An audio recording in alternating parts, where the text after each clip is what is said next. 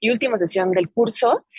Antes de cederle el uso de la voz a la maestra Alía, les recuerdo que hoy al final se les hará pasar la liga de registro para que ustedes puedan hacer el muy fácil y pequeño examen que va a servir precisamente para que nosotros les podamos dar su constancia de acreditación a este curso. Entonces, sin más, les reitero nuestra bienvenida y que esta sesión sea muy provechosa para todos y todas ustedes. Maestra Lía, les cedo el uso de la voz.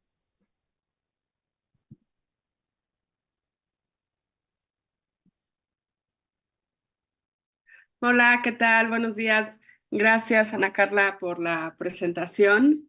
Estoy muy entusiasta de volver a estar aquí con todos ustedes.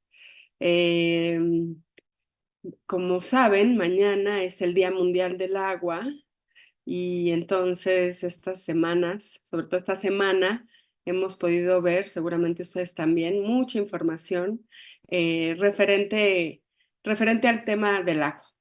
Entonces, poder compartir reflexiones en torno a esta, desde un punto de vista ecosistémico, como lo hemos venido haciendo, pues para mí es muy gratificante, más tomando en cuenta en un espacio como el que estamos, que aunque sea virtual, pues no deja de ser un espacio de la Cámara de Diputados, ¿no?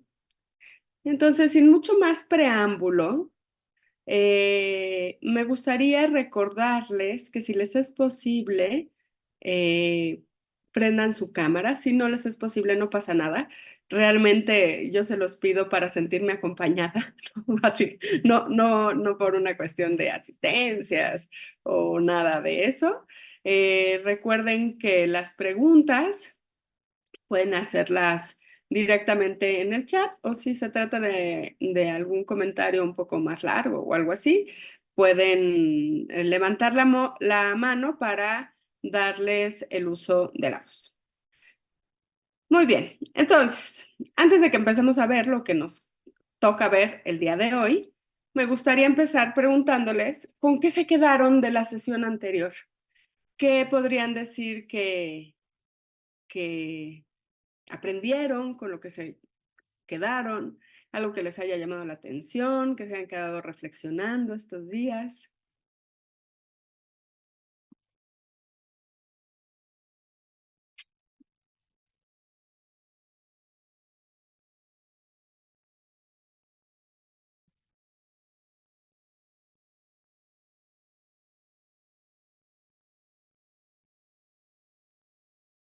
¿No? ¿Nada? ¿Ya se les olvidó todo lo que vimos? Gracias, Daisy. Sobre el agua atmosférica. Sí, sí, básicamente sería el agua que está presente en la atmósfera. Por aquí nos dice Alejandro sobre la importancia de las cuencas. Dalia nos dice que aprendió lo del agua y que le gustó. Adrián, saludos Adrián, por cierto, sobre el concepto de agua verde, sobre este cambio de paradigma de que no es un recurso propiamente renovable, ¿no? Podríamos hablar dependiendo de la temporalidad de la renovabilidad. El tema del bombardeo de las nubes, sobre la Ciudad de México. Nelson nos manda saludos desde Nueva York. Muchas cosas que entendemos como desarrollo van en contra del ciclo del agua. Disculpen que parafrasee, pero como se está grabando, siempre es útil para quien lo vea a destiempo, bueno, pues saber un poco lo que se habla en el chat. Sobre la sustentabilidad, sobre la importancia de la vegetación. Muy bien, perfecto. Bueno, pues esperemos que el día de hoy los deje reflexionando otras cosas, aunque también quiero decirles que sobre todo esta primera parte del día de hoy, de pronto pueden parecernos agobiantes, estresantes, ansiosos, por ver un poco sobre cómo están las condiciones del agua. Seguramente lo que les presenté aquí para muchos de ustedes no es nada nuevo, ¿no? O sea, es algo con lo que nos estamos enfrentando. pero siempre conocer los datos, aunque nos generen un poco de angustia o mucha angustia, es importante, ¿no? Para saber en dónde estamos parados, ¿no? Entonces, si se fijan, el día de hoy lo tenemos dividido en dos temas. Ya vimos la sesión pasada, este bloque 1, este módulo 1, que fue un módulo introductorio, y vamos a ver el día de hoy estos factores que ponen en riesgo la disponibilidad del agua y de manera muy general, diferentes enfoques de soluciones ante la problemática del agua. Entonces, en esta primera parte, vamos a ver, por un lado, cuál es la situación actual y cuáles son las presiones. Como saben, vamos a compartirles las dos presentaciones, la de hoy y la del martes, y ustedes, bueno, van a poder ver las gráficas, los mapas y demás que les presento. Sin embargo, también quisiera que tomen en cuenta que estos datos, si los ven en 2 años, van a estar muy desactualizados. Entonces, también es importante que sepan de dónde provienen estos datos para que ustedes, en el tiempo, así como yo lo hago, ¿no?, puedan ir y revisarlos y tenerlos actualizados. Hay algunos medios que son oficiales. La autoridad en materia de agua en México es la Conagua y tiene un sistema de información del agua que se llama SINA y ahí pueden encontrar un montón de datos, ¿no? Y a nivel internacional hay diferentes organizaciones o grupos de trabajo que compilan información que son muy útiles. Uno de estos sitios donde pueden encontrar mucha información del agua es Our World Data, este que está aquí en el lado superior derecho. Es un sitio que tiene información de muchísimos temas. De hecho, yo lo descubrí a partir de la pandemia, porque publicaban de manera diaria el número de casos que había de COVID. Confieso que no fue lo más sano echarme los datos todos los días, ¿no? Porque solo contribuía a la ansiedad, pero por otro lado me sirvió mucho para poder conocer datos de otro tipo, además de los de COVID o explorarlos de manera más amplia, ¿no? Entonces, si se fijan, bueno, pues obviamente también tienen datos relacionados con el agua, como es esta gráfica que estamos viendo aquí, donde nos está hablando del aumento en el uso del agua en el mundo desde 1901 hasta el 2010, que son los datos, digamos, más actualizados que presenta. Y algo que es interesante, si se fijan, bueno, de entrada lo que observamos es cómo ha habido un crecimiento, pues prácticamente exponencial del uso del agua desde, pues, más o menos la segunda mitad del siglo XX, ¿no? O sea, lo podemos ver aquí cómo empieza en 1960, cómo va subiendo en 1980 y hasta el 2010. Y por otro lado, lo que es importante es cómo divide, pues, por diferentes países, ¿no? Aquí nos habla de que estos países BRICS, está incluyendo países como Rusia, Brasil, India, China y Sudáfrica, ¿no? O sea, solamente estos países, fíjense, de todo el agua del mundo, son los países que más han incrementado sus usos en el agua, ¿no? Y más en los últimos años. Si se fijan en los países de la OCDE, que son los que están en color azul, aunque se han aumentado, pues de lo que nos habla es que más o menos han mantenido desde 1970 un uso más o menos constante del agua, ¿no? Y lo que está en verde nos habla de los países, del resto de los países, ¿no? Justamente para poderlo ver. Y aquí podemos caer fácilmente en la tentación de plantear que el problema de esto, pues es que cada vez somos más personas, lo cual es innegable, ¿no? O sea, tenemos datos a nivel mundial, a nivel de México, sobre cómo ha sido el aumento de la población. Sin embargo, no es un A más B, sino que más bien tiene que ver con los patrones de uso que se le ha dado al agua, ¿no?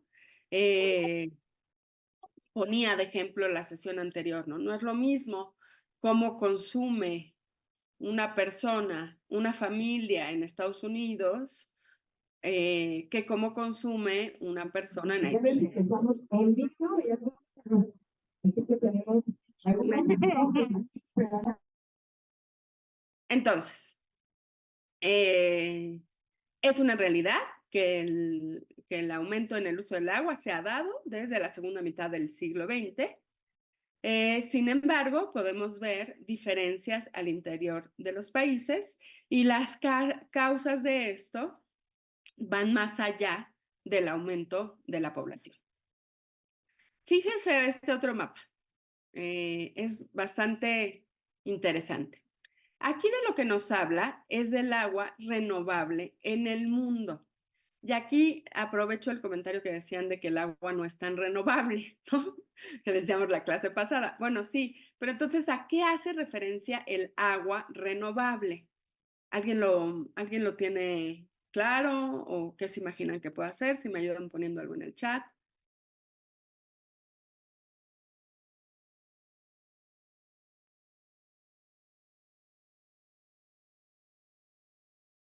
O si no saben, pónganme no sé, nada más para saber qué. Tiene que ver con el ciclo del agua, por supuesto. No tiene que ver con el reuso. Sí tiene que ver con los ríos y las cuencas y el agua subterránea, pero más bien tiene que ver, o sea, esto de la renovabilidad. Nosotros pensamos en un recurso renovable cuando pensamos esto. Yo lo uso y lo puedo recuperar. Lo uso y lo puedo recuperar. Lo uso y lo puedo recuperar, ¿no? A nivel mundial, el ciclo del agua sigue siendo un ciclo renovable, es decir, a nivel planetario, el planeta, los ecosistemas, siguen generando más agua de la que aprovechamos. ¿Sí me explico? ¿Es claro esto? Es decir, llueve, o sea, el ciclo del agua y por supuesto los océanos están involucrados. El agua llueve, los ecosistemas lo absorben, salen a los ríos, a los lagos o se van al acuífero, y la sacamos y el agua que sacamos se recupera, se va recuperando, es como si fuéramos llenando un vasito, ¿no? Bueno, eso a nivel mundial, a escala planetaria, sigue siendo renovable. A eso se refiere con agua renovable. ¿Está claro eso? Y aquí con lo que nos pone Yuri, sí sería el agua que se puede explotar de manera sustentable, vamos a entrecomillar, ¿no? Es decir, puedo tomar agua, claro, porque se sigue llenando el vaso. Imagínense que ustedes están tomando agua con un popote mientras se va llenando el vaso con una jarra, que estaría influenciado por el ciclo del agua, ¿no? Entonces, ¿puedo tomar agua? Pues por supuesto. No hay problema porque se sigue llenando. Ese es el agua renovable. Ahora, si se fijan en el mapa, lo que estamos viendo es que aunque el agua a nivel mundial es renovable, si vemos a nivel de países, no necesariamente lo es. Es decir, le estamos tomando más agua con nuestro popote al vaso de lo que lo estamos llenando con la jarra. ¿Sí? ¿Queda claro eso? Vean, por ejemplo, el caso de Canadá. Canadá tiene un color de los más oscuros, entonces de lo que nos dice es que tiene mucha agua, o sea, a pesar de que el agua se usa, la disponibilidad del agua sigue siendo mucha de los países que más, ¿no? Junto con las Guayanas por acá, ¿no? Y por acá, en la parte nórdica. Sin embargo, hay otros países, vean el norte de África, por ejemplo. Vean a Arabia Saudita. Déjenme agarro el puntero a ver si no hago un desastre, que luego me cuesta mucho trabajo. pero para poder marcar el mapa, ¿no? Fíjense aquí, estos países del norte de África, de lo que nos está hablando el mapa es que no se está logrando recuperar el agua de los ecosistemas en función de lo que se ha sacado, ¿no? Toda esta región de aquí. Si lo vemos así a grandes escalas, ¿no? Ahora, fíjense el caso de México. ¿Cuál es el caso de México? Bueno, a nivel de país, si lo vemos a nivel de país, bueno, pues vemos que la cosa, si bien no está en estos estados súper críticos, nos está hablando, pues, de que está, vamos a decir, que a medias tintas. Fíjense que lo que nos dice Yuri por aquí es cierto, o sea, obviamente tiene que ver con la lluvia, ¿no? O sea, qué tanto llueve en estos países, ¿no? Pero no es nada más de cuánto llueve, sino de cuánto le saco. Si llueve mucho, pues como el caso de Canadá, ¿no? Si tiene mucha agua, pues podemos tomarle mucha agua. Obviamente en estos países la extracción pues tendría que ser menor, ¿no? Pero no necesariamente, o sea, piensen, China, por ejemplo, pues es un país enorme, enorme, enorme, enorme. Y fíjense, si no me equivoco, este país es Mongolia, ¿no? La diferencia que hay entre Mongolia y China, ¿no? Entonces también nos está hablando de lo que se extrae de agua. ¿Vamos bien hasta aquí?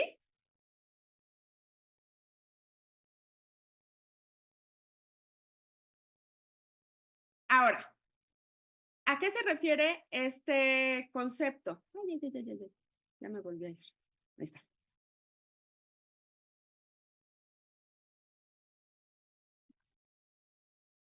¿A qué se refiere este concepto que está aquí? Se refiere a la extracción de agua. Entonces, fíjense la diferencia. Aunque el caso, por ejemplo, de Canadá nos sirve pues bien el ejemplo, ¿no? El problema con Canadá es que está usando muchísima agua, ¿no? También Estados Unidos, por ejemplo, ¿no? Y también ahí, pues si se fijan, justo México, pues no canta malas rancheras, ¿no? Incluso esta parte norte de África, tal cual decíamos, bueno, es que casi no llueve, obviamente su agua renovable va a ser poca, sí, pero pues también la están usando de una manera que no permite que se recargue el acuífero y por eso tenemos pues, tantos problemas en ciertas regiones de África, ¿no? Ahora, lo que está con rayitas es que no hay datos, ¿no? O sea, entonces realmente no podemos saber cuál es la situación de esos países. Sí, por supuesto, aquí con este ejemplo de las empresas canadienses, a ver, pónganse a pensar que estamos viendo dos cosas diferentes.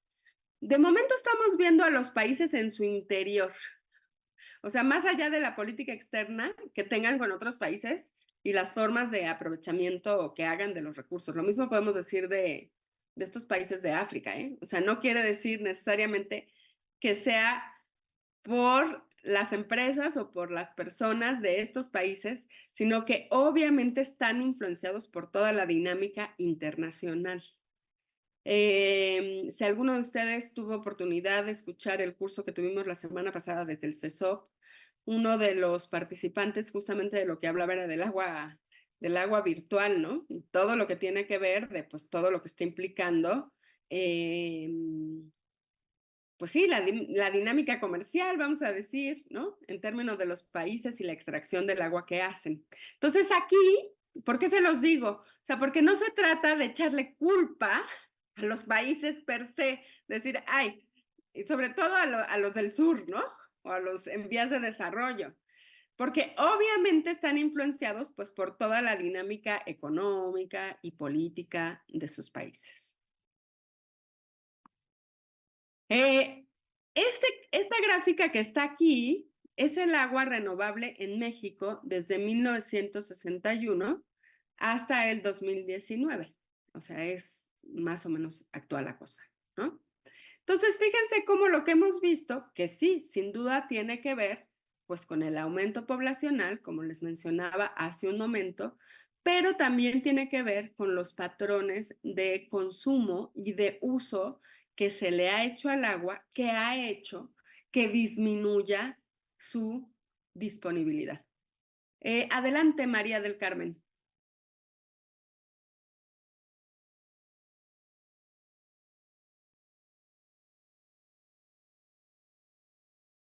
María del Carmen, ¿quieres hacer uso de la voz? ¿Puedes activar tu micrófono?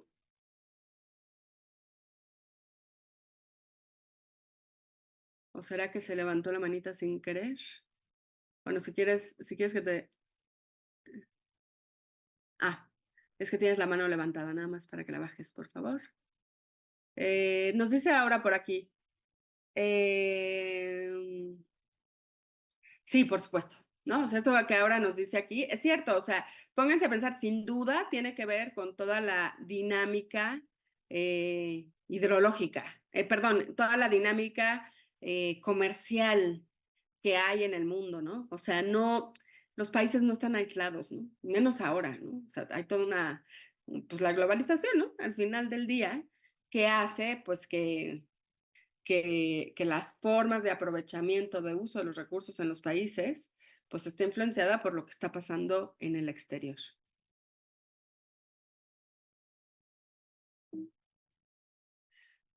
Fíjense estos datitos que están aquí. Les decía, la Autoridad del Agua en México es la CONAGUA.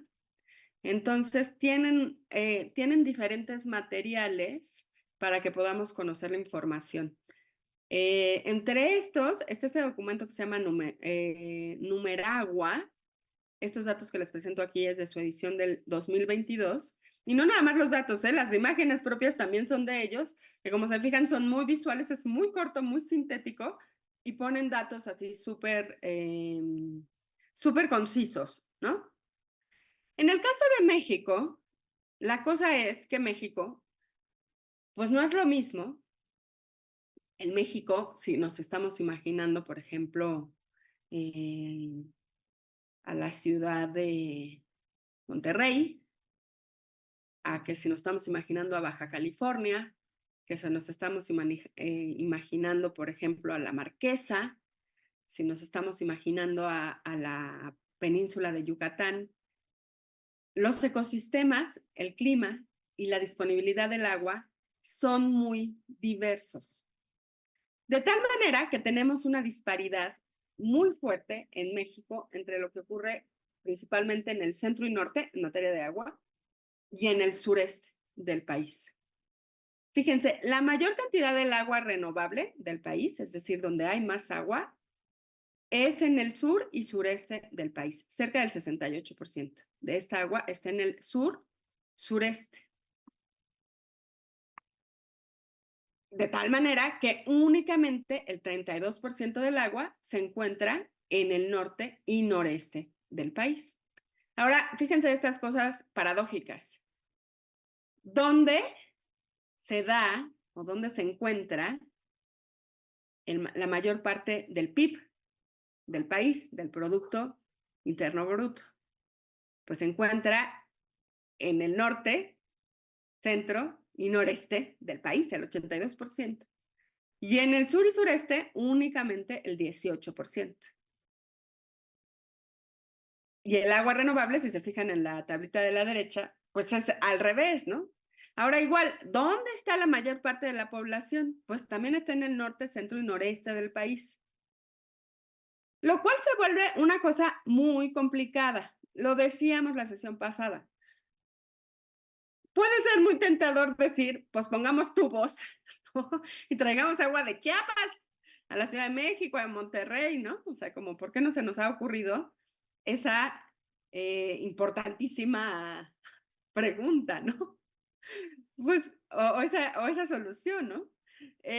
Pues recuerden que desde una visión ecosistémica, pues no sería lo más adecuado, ¿no? Más bien, lo que tendría que ocurrir, también si pensamos, es por qué no llevamos más gente y más empresas a la región sur. Bueno, también un proceso migratorio sería bastante complicado. Hemos tenido ejemplos de eso y son un desastre, ¿no? Sin duda, el desarrollo del país, bueno, también tendría que incluir al sur y al sureste, pero bajo una visión sustentable, ¿no? Muchos de los datos más recientes nos indican que, aunque sí la mayor parte del agua estén en el sur y sureste, también están enfrentando problemas con relación a esta, ¿no? Tienen muchos problemas en torno a la accesibilidad.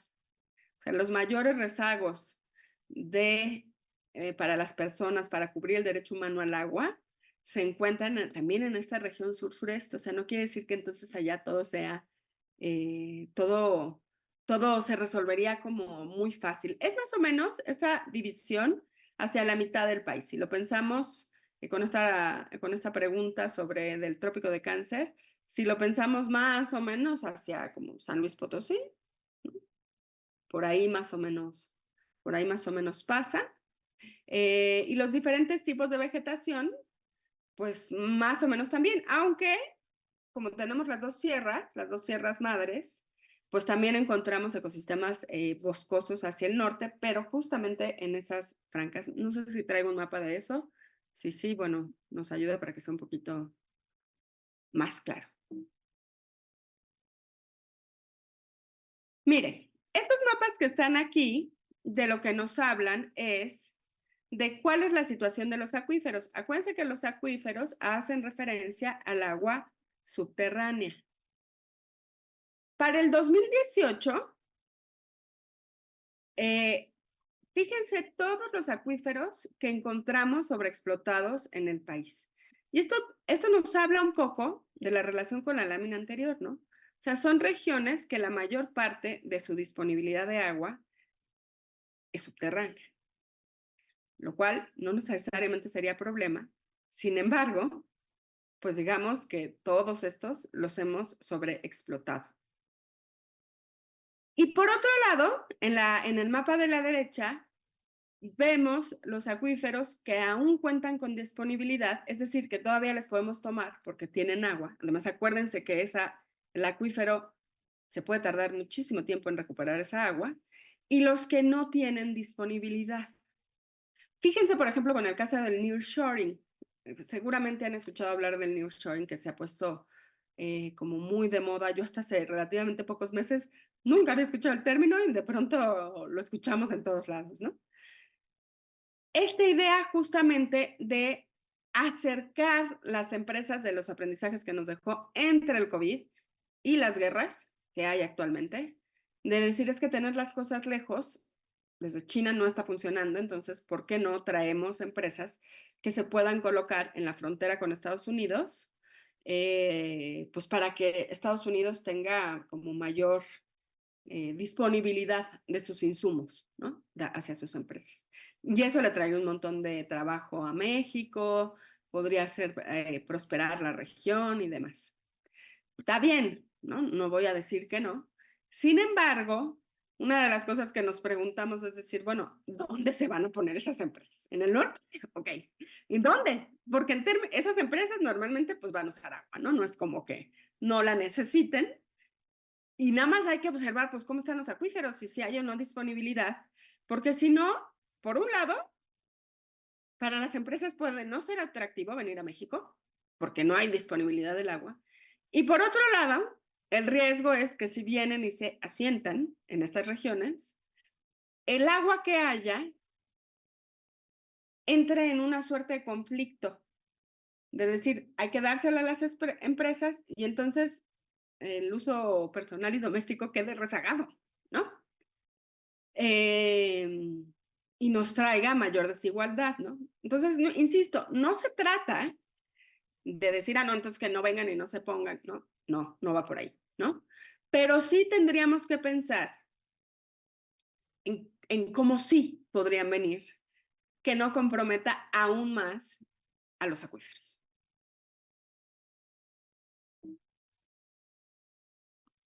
Ahora, en términos de calidad del agua, estos son mapas de la Conagua, si se fijan aquí dice Conagua 2018, nos habla de, pues más o menos, cómo están los parámetros que miden la calidad del agua. Podemos pensar en diferentes indicadores para medirlo. Los que se usan son la demanda bioquímica de oxígeno y la demanda química de oxígeno. Son dos de los parámetros. Ahorita vamos a ver algunos más. Entonces, fíjense en este caso, toda la región central, y yo diría, pues del Bajío, ¿no? Por ahí alguien nos decía que nos acompaña desde Guanajuato, ¿no? O sea, fíjense cómo está toda esta zona, que es una zona súper importante desde el punto de vista agrícola, desde el punto de vista industrial. ¿Cómo está la calidad del agua con base en estos dos indicadores, ¿no? Entonces ahí también, pues tendríamos que preguntarnos, bueno, ¿qué podemos hacer para que eso deje de ocurrir?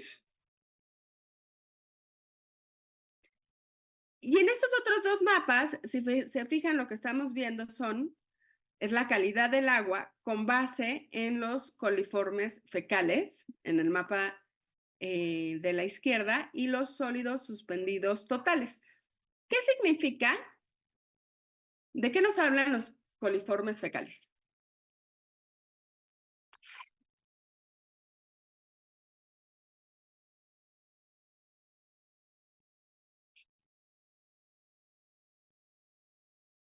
¿Alguien sabe? O sea, Sí, cuando un agua tiene coliformes fecales, ¿qué tiene? Heces. perdón, heces fecales, sí, pero que hay contaminación, ¿no? O sea, que el agua puede ser que a través de los sistemas de los drenajes hay una contaminación ahí cruzada, ¿no? Exacto. O sea, nos habla de que se está descargando el agua del drenaje sin tratar. Y también nos puede hablar de presencia de ganado, que pues digamos que son de donde viene, ¿no? Y esto que dice aquí, Maver, claro, o sea, el problema es que entonces nos preocupa pues que el agua se contamine pues para consumo humano, ¿no? Que además, pues, ciertamente tendríamos que preguntarnos esto que está pasando con los mantos acuíferos, ¿no? Ahora, fíjense en la gráfica, perdón, en el mapa del lado derecho, los sólidos suspendidos totales, de lo que nos habla básicamente es de qué tan turbia está el agua. Y a lo mejor uno puede decir, bueno, pues nada más no se ve tan bonito, ¿no? No es un agua tan cristalina. Bueno, esto implica muchísimas cosas para la biodiversidad. O sea, las algas, los peces, los diferentes organismos que se encuentran en el agua se ven comprometidos si el agua es muy turbia, ¿no? Por eso es importante ver los diferentes parámetros para darnos una idea. Un parámetro por sí solo no nos dice mucho, pero por eso es importante ver los diferentes. Fíjense, estos nuevamente son cómo lo presenta Conagua en su documento Numeragua. Nos habla de que el 92.5% de los sitios monitoreados de DBO5 están con presencia de estos. Ah, no, perdón, al revés, discúlpenme. Si hablamos de demanda bioquímica de oxígeno, el 92.5 está en una calidad aceptable o a excelente, ¿no? También para los sólidos suspendidos totales. Si nos vamos yendo hacia la demanda química de oxígeno y hacia las coliformes fecales, la cosa se pone un poquito más complicada. Prácticamente la mitad están contaminados, ¿no? O sea, aquí están puestos como en positivos los datos, pero los podríamos ver al revés, ¿no? O sea, el 47% de los sitios monitoreados no tiene una calidad aceptable o excelente. Y en el caso de las coliformes fecales, pues cerca del 45%, ¿no? Eso es un montón, es un montón. Por eso no es de sorprenderse que en nuestro país todavía haya personas, que además normalmente son los niños, las niñas los más afectados, que sigan muriéndose por enfermedades diarreicas. Por un lado podríamos decir, bueno, es que tienen que mejorar los sistemas de salud, por supuesto, es indiscutible, ¿no? Pero no es solo eso, tendríamos que pensar desde la prevención y una de las cosas en donde tendríamos que poner atención es en la calidad de los cuerpos de agua, pues de los cuales estamos tomando al recurso, ¿no?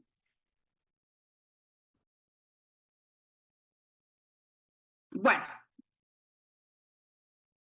y en ese sentido, pues se vuelve relevante ver los datos en relación al tratamiento del agua, ¿no? Nos decía Mine por aquí que pues hay contaminación cruzada. Sí, no sé, y fíjense, yo creo que no sé si es necesariamente cruzada o directa, ¿no? ¿Cómo lo podríamos nombrar? Porque en principio, o sea, piensen, y además eso lo podemos ver como ciudadanos, ¿no? O sea, algo que nos preguntamos poco, ahora nos preguntamos un poco más de dónde viene el agua por los problemas de agua que están enfrentando las grandes ciudades, ¿no? Del país. Ahora, pónganse a pensar a dónde van las descargas, o sea, cuando nosotros le jalamos al baño, lavamos, o sea, toda el agua mugrosa que sacamos, ¿a dónde va a parar y qué tendría que pasar con esa agua, ¿no?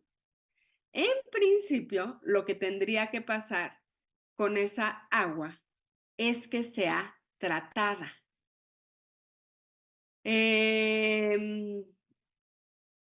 Fíjense, y entonces podemos pensar, les estoy poniendo el ejemplo de las casas, ¿no? Bueno, el agua de las casas, podríamos decir que son las aguas residuales municipales, porque es a los municipios a quienes les corresponde su tratamiento, y también podríamos pensar ahí en el papel de la industria. Fíjense en los datos.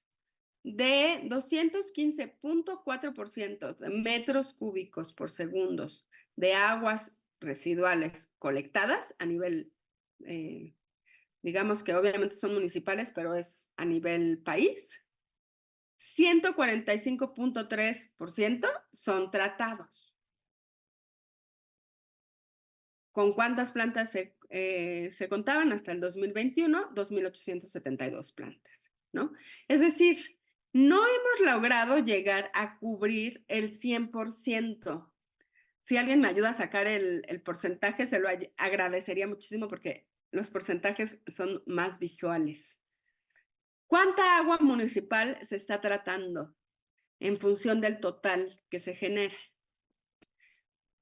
Entonces, desde el punto de vista de las aguas residuales municipales, bueno, podríamos decir, bueno, es que es preocupante, ¿no? Sin embargo, si se fijan, es aún más preocupante las aguas residuales industriales. ¿Por qué? Porque de 222.3 metros cúbicos por segundo de aguas residuales que se generan, que además, si se fijan, es mayor que las municipales, únicamente se tratan 56.2 metros cúbicos por segundo. Eso a pesar, podríamos decir, si lo vemos únicamente en las plantas, hay más plantas de tratamiento industriales que municipales. Sin embargo, no se está logrando un mayor tratamiento. Por eso, fíjense, cuando empezamos en esta línea de echar culpas, ¿no? De decir, ¿de qué sector es la culpa de cierta cosa? Por eso se habla mucho de la responsabilidad de las empresas, de tener una normatividad más robusta y una vigilancia más fuerte hacia el sector industrial por la poca eficiencia que están teniendo para tratar sus aguas. Gracias, Aura. El 67% de las aguas residuales municipales se están tratando y 32% no. ¿Y de las industriales, me ayudan?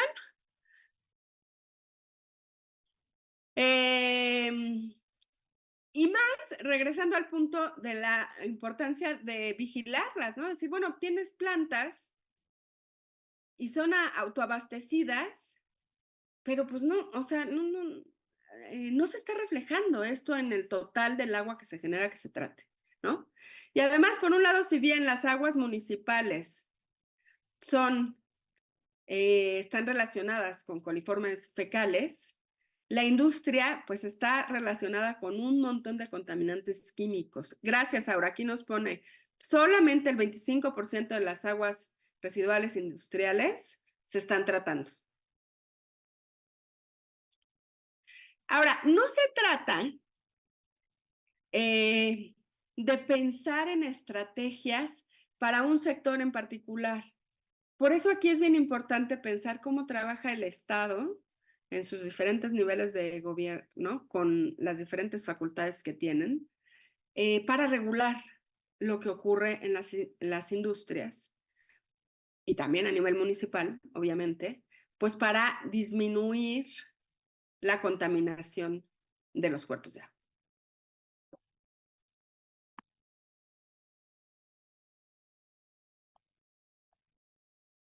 Muy bien.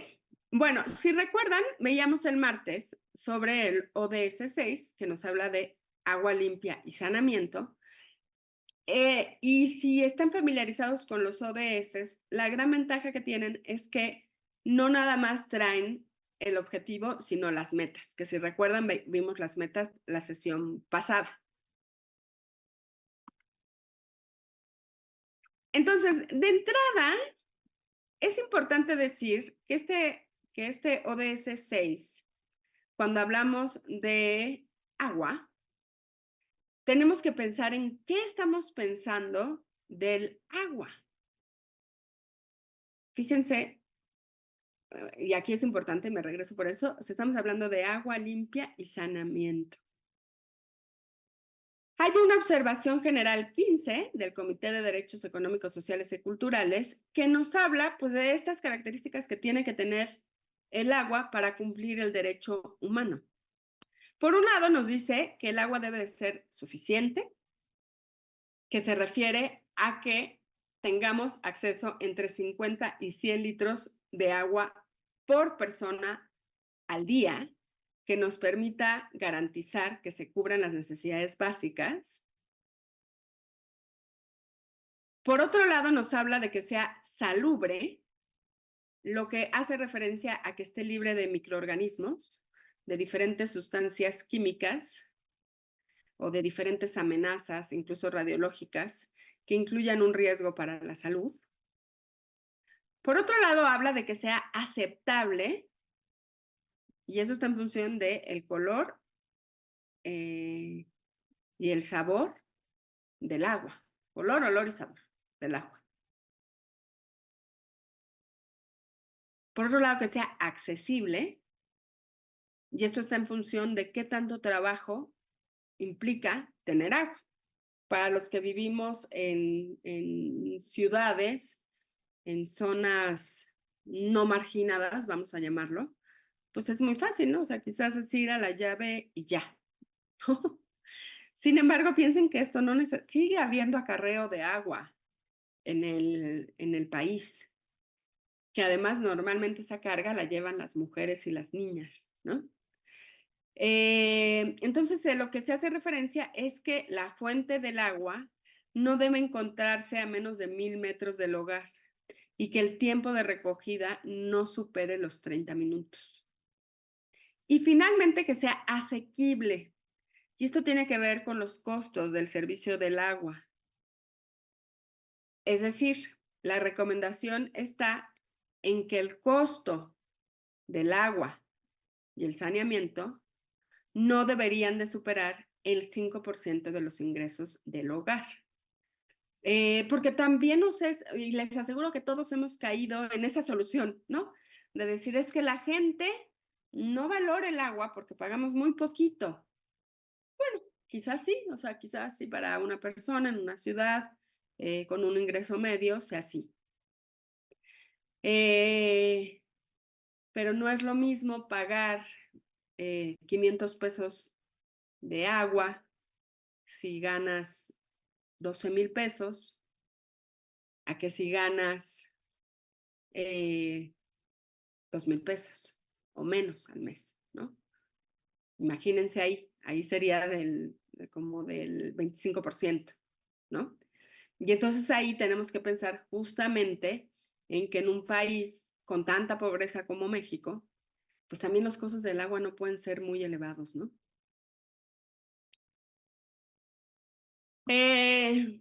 ¿Cuántos litros de agua calculan ustedes más o menos que utilizan? ¿Se habían preguntado eso? ¿Alguien lo calcula? ¿Alguien lo mide?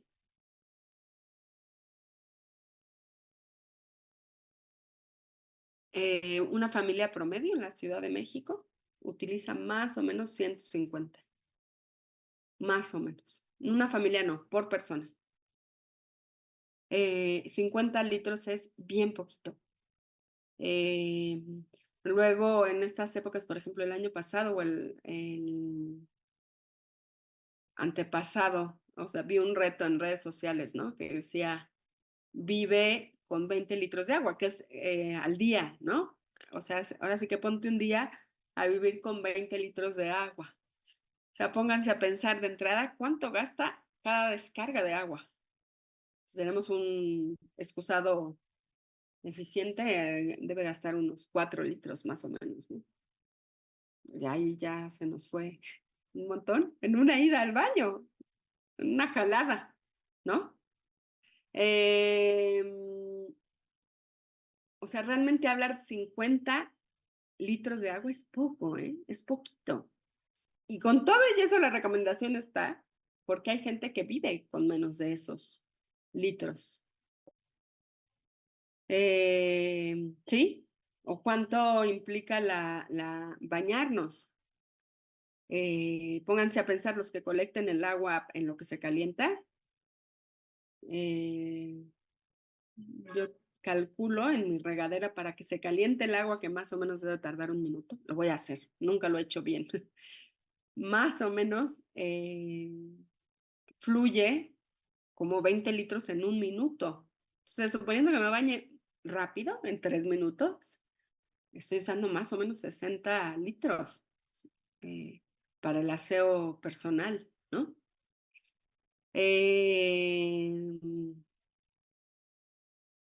Muy bien. Miren, aquí nuevamente les presento mapas de Our World Data a nivel mundial que traen una sección específicamente para ver cómo vamos en términos de los ODS por diferentes indicadores. Uno de los indicadores tiene que ver con la proporción de la población que utiliza servicios de agua potable gestionados de forma segura. Es decir, no nada más tener agua, sino tener agua limpia. Lo definen como una fuente mejorada, ubicada en las instalaciones, disponible cuando sea necesario y libre de contaminación fecal. El agua de que vía lo que requirió para producir 1 kilogramo de jitomate. Por supuesto, eso es a lo que se le conoce como agua virtual, lo que nos está diciendo aquí Mine, ¿no? Sí, por supuesto. O sea, usamos mucha agua, ¿no? Y tampoco se trata de entonces pensar en que no debemos consumir nada. No, por supuesto, simplemente pensar cómo podríamos hacer más eficiente este uso del agua, ¿no? Miren el mapa que está aquí.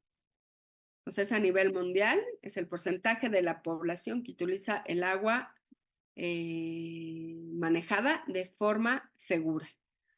Hay algunos países que lo tienen súper cubierto, Europa Occidental, Estados Unidos, Canadá. Sobresale aquí el caso de Chile, si se fijan, porque, bueno, es un país como los nuestros, ¿no? De hecho, Chile se utiliza muchísimo como referencia para decir que el agua, en lugar de que lo manejen los municipios, lo manejan los privados. Y justamente con un mapa como este. Pero, está bien, o sea, para los mexicanos, sería muy raro no consumir, o sea, tomar un vaso directo de la llave es muy raro que lo hagamos. En Chile no, es súper común, o sea, así como, ahora sí que como europeos, ¿no? Sin embargo, los costos del agua son muy elevados. O sea, de hecho, toda la revuelta que se originó en Chile hace ya no sé cuántos años, pero son poquitos. Uno de los puntos que se estaban manejando estaba en función de la privatización del agua, ¿no? ¿Por qué? Pues si el agua es cara, entonces no todo el mundo puede acceder a ella.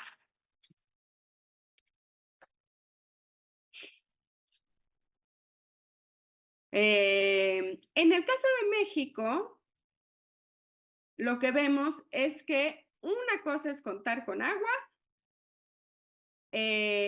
otra cosa es o al revés, vamos a ponerlo. Una cosa es que tengamos infraestructura hidráulica, es decir, tuberías, llaves y demás. Y otra cosa, contar con agua potable.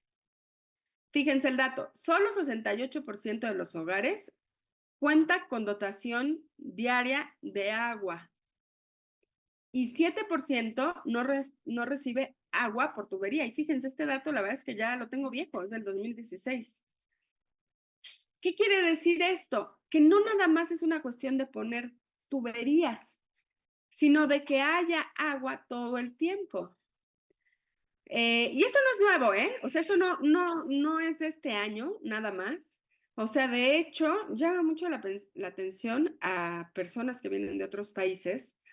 O sea, como el paisaje en México, si se fijan, en las casas. O sea, siempre vemos las casas y en el techo que vemos. Además de la ropa tendida. Tinacos. Eso es algo, ya no me acuerdo quién me lo decía, algún extranjero en algún congreso o algo. Decían, ¿qué es eso? O sea, ¿por qué tienen tinacos, cisternas? Pues tiene que ver con la dotación diaria de agua. Es decir, necesitamos dónde almacenar agua porque no se envía agua todos los días. Lo que además, y eso lo dicen los ingenieros, es un problemón porque cuando tú echas agua, o sea, sí, porque uno podría decir, sí, está perfecto que no nos manden agua diario para que la ahorremos. Está bien, pues. Sin embargo, esos cambios en la presión hacen fugas en las tuberías. O sea, justamente porque es como que las están estirando y acortando y pues no es que sea flexible el material. Ni todos los días ni a todas horas, ¿no? Fíjense, yo justamente tengo una amiga que además hace home office y entonces ella lo que me dice es que de 9 a 10 no puedo trabajar porque es cuando llega el agua. Entonces ahora es a la que me tengo que bañar y a la que tengo que lavar los trastes. O sea, no está discusión. Eso que vive en la Ciudad de México y no vive en la periferia, ¿no? Entonces, bueno, o sea, realmente se vuelve un problema. ¿Cómo están los datos por ahí? De abajo, en 400. Bueno, aquí están, esta esquemita me gusta, porque además también es importante hablar de las diferencias entre las ciudades y entre las zonas rurales. Obviamente el rezago es mayor en las zonas rurales y el rezago es todavía mayor en el sureste del país.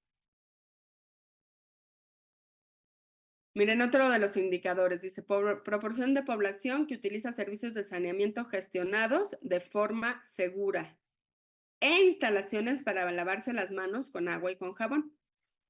Esto fue uno de los grandes retos, no nada más en México, también en diferentes países del mundo, como lo pueden ver aquí, con el COVID, ¿no? ¿Cuál era la principal recomendación? Hay que lavarse las manos con agua y con jabón de manera recurrente, ¿no? Y bueno, pues hay hospitales en el país que no tienen agua o el agua es muy limitada, ¿no? Y eso, bueno, pues está asociado a enfermedades. ¿Qué significa contener servicios de saneamiento gestionados de forma segura? Pues es decir, tuberías, o sea, no descargar directamente una barranca o directamente al mar y que además, pues el agua se trate.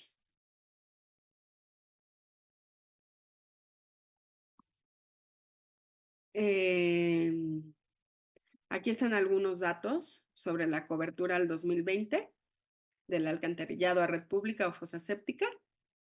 A nivel nacional vemos que el dato es más o menos del 94%.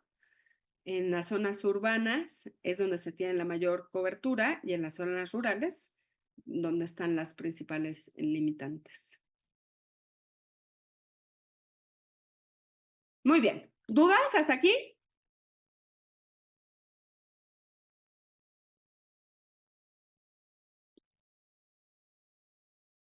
Vamos a ver las presiones que tenemos y lo vamos a ver como en 4 grandes puntos. El primero sería las formas en las que se utiliza el agua. El segundo, hay que ver algunos datos sobre el cambio de uso de suelo, porque acuérdense que sin vegetación y sin suelo, la disponibilidad del agua cambia. ¿Cómo estamos en degradación de ecosistemas?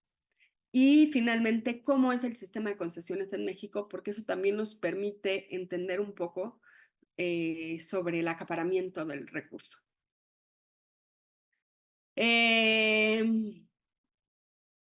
mapa que estamos viendo aquí está en función de cuánta agua se utiliza o se destina a la agricultura en los diferentes países. Fíjense, por ejemplo, el caso de la India, el caso de Chile, de Perú, de Ecuador, como la mayor parte del agua la destinan a esta actividad. Por un lado podemos pensar, y habría que revisar los datos, ¿no? De decir, bueno, quizás es su principal actividad económica, pero no necesariamente es por eso, sino también, pues, qué tan ineficientes son los sistemas de riego con los que cuentan estos países. Ahora, en el caso de México, fíjense aquí, el caso, porque ahorita lo vamos a ver con el caso de Canadá y Estados Unidos, son países que tienen mucha agua, si se acuerdan, pero que lo que vemos aquí es o una de dos, o no tienen tanta agricultura o sus sistemas de riego son más o menos eficientes.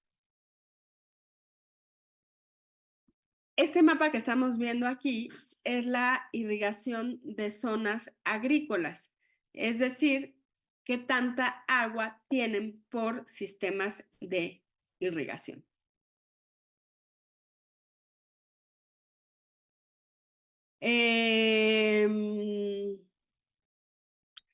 Y es importante hablar de agricultura de riego porque es la mayor parte de los alimentos que se producen a nivel mundial provienen de agricultura de riego. Bueno, no el mayor por ciento, pero es una proporción muy grande, el 40%.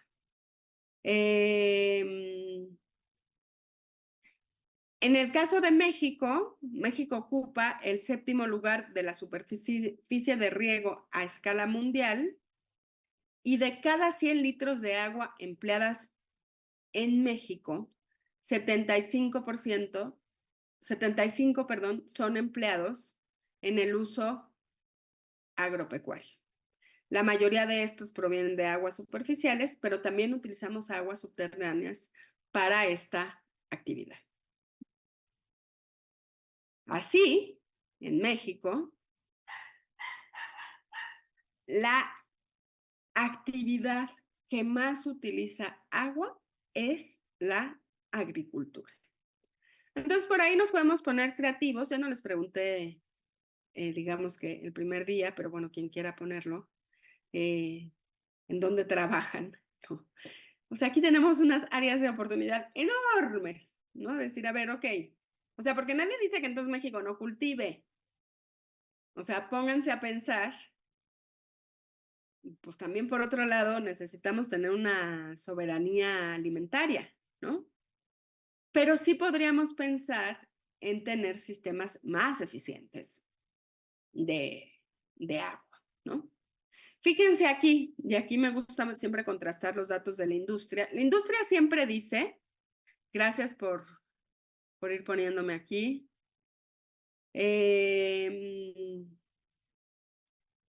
también la industria siempre dice, ¿por qué nos están queriendo regular tanto a nosotros? Si nosotros casi no usamos agua, o sea, solamente usamos el 4.3% del agua. Es cierto. Pero acuérdense, a la industria, principalmente en lo que se le debe de regular, a nivel país, es en términos de contaminación.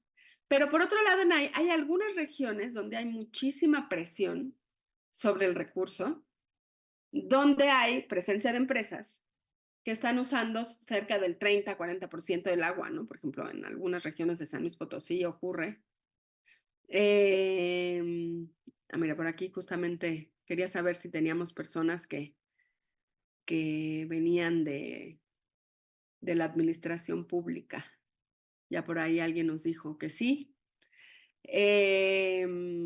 Entonces, bueno, en ese sentido hay que pensar en cómo regular, en este caso, por ejemplo, a las empresas, a nivel regional. O sea, si lo vemos a nivel nacional, pues sí, o sea, no utilizan gran parte del agua, pero si bajamos la escala, lo que podemos observar es si no hay un conflicto o se está comprometiendo el derecho humano al agua, ¿no?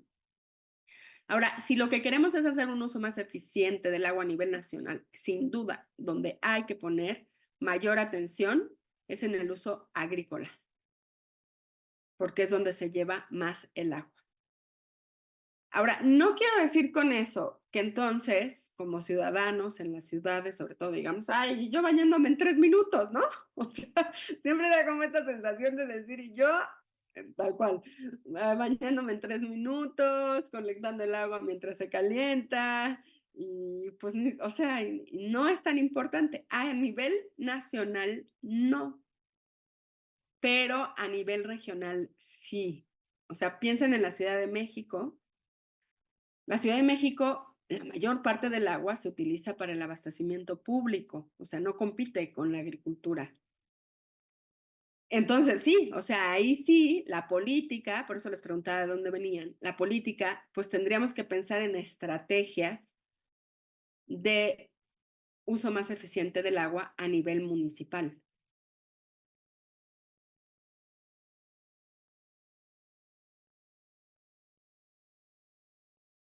Ahora, fíjense aquí, decíamos, bueno, México es el 4% más o menos que se va a la industria, pero en el caso, por ejemplo, de Canadá, pues por arriba del 70% del agua se está destinando a la industria. Lo mismo, fíjense que está ocurriendo en Europa, ¿ya vieron? Incluso ahí podemos meter a algunos países nórdicos.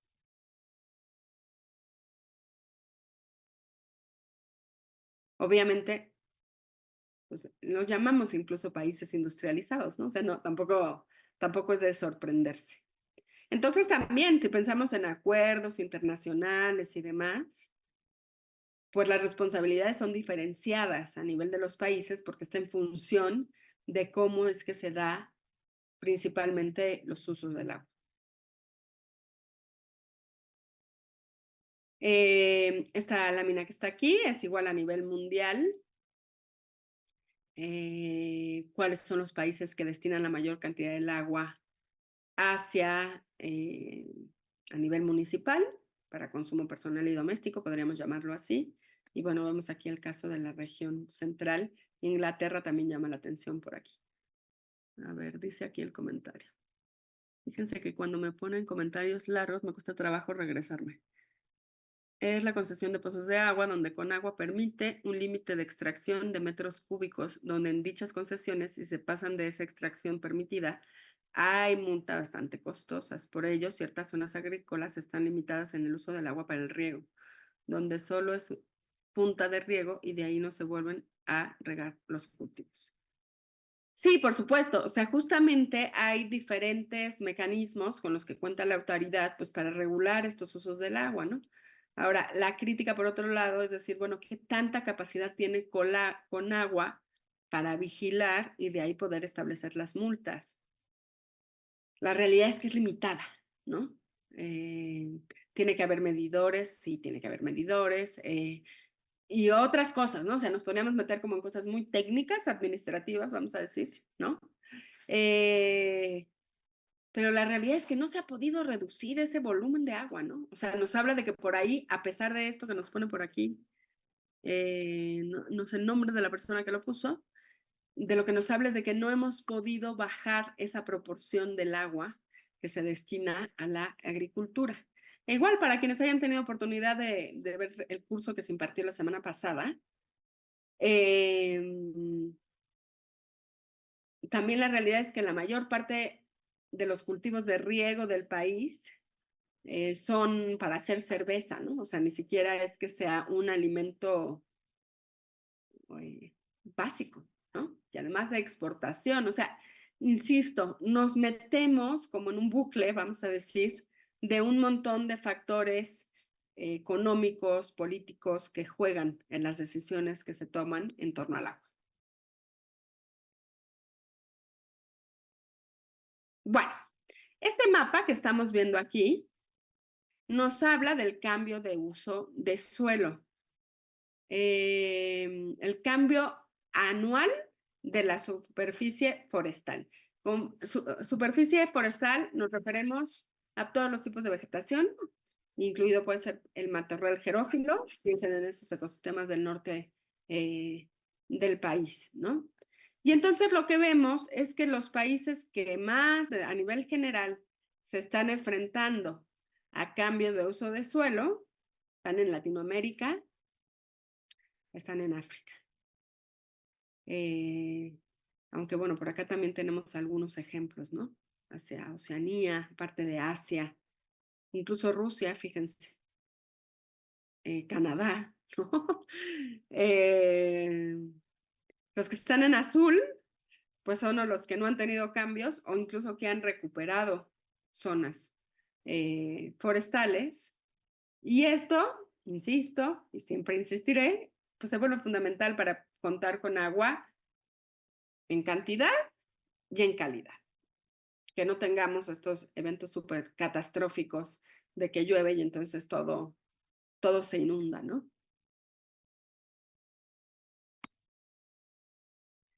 Ahora, fíjense este mapa de aquí que a mí lo veo y no sé si me asusta o me pone triste o me da coraje o no sé qué me da. Pero fíjense cómo cuando hablamos de degradación de tierras degradadas, pues el país que resalta es México, ¿no? A nivel mundial. Y cuando hablamos de que está degradado, pues tiene que ver con que ha perdido su productividad económica. Piensen, por ejemplo, ahí en suelos que eran agrícolas, y pues hay que decirlo, ¿no? O sea, para cultivar se necesitan suelos nutridos. Si esos suelos no están nutridos, pues entonces cultivar se vuelve una cosa, pues vamos a decir que casi imposible, ¿no? Los productos no tienen la calidad suficiente. Y entonces, pues lo que vemos es que se pierde la productividad económica y también se pierde la biodiversidad, de lo cual dependen un montón de otras cosas. Y esto, por supuesto, pues se ve reflejado también en términos de la cantidad y la calidad del agua.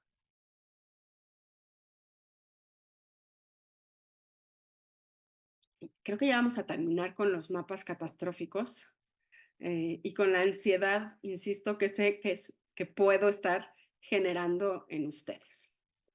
Pero también es importante que hablamos de la fragmentación de los ríos. O sea, si ustedes piensan en un río no intervenido, vamos a llamarlo así, pues vemos un río en donde el agua corre de manera permanente y esto permite que la biodiversidad, o los animales que ahí viven, sobre todo, se puedan mover libremente por el río. No nada más los animales, sino también los nutrientes e incluso los sedimentos. ¿Qué es lo que se observa a nivel mundial? Este es un estudio del 2019 en una revista científica muy importante que se llama Nature, quizás la han escuchado, que lo que hicieron fue ver el grado de fragmentación de los ríos en el mundo. Y entonces, pues si se fijan, lo que se observa básicamente es que la mayor parte de los ríos del mundo están fragmentados. Es decir, hay muchas presas construidas. Y por un lado, y hay que decirlo, ¿no? Yo insisto, o sea, a veces desde las ciencias ambientales se nos va la mano y de decir, pues es que esto es terrible para los ríos. Está modificando los ecosistemas acuáticos de manera súper importante. Y sí, me sostengo ahí, ¿no? Pero también las presas se vuelven importantes en dos sentidos, que es para controlar las avenidas muy grandes e incluso para otras cuestiones, ¿no? Podemos pensar en empresas hidroeléctricas para generar energía, que además es una energía limpia, o las podemos pensar también asociadas a actividades agrícolas, por ejemplo, y demás. Entonces, no se trata, que lo dicen esos autores de este artículo, ¿no? O sea, tampoco se trata de quitar todas las presas, sin duda. Pero sí tendríamos que replantearnos si todas esas presas son necesarias o no están represadas o represados los ríos, ¿no? O sea, es decir, que hay demasiadas presas cuando no es necesario y si además no lo podríamos combinar con otras estrategias que tienen que ver pues, con cuestiones de restauración de la superficie forestal que prevengan sobre todo de grandes avenidas.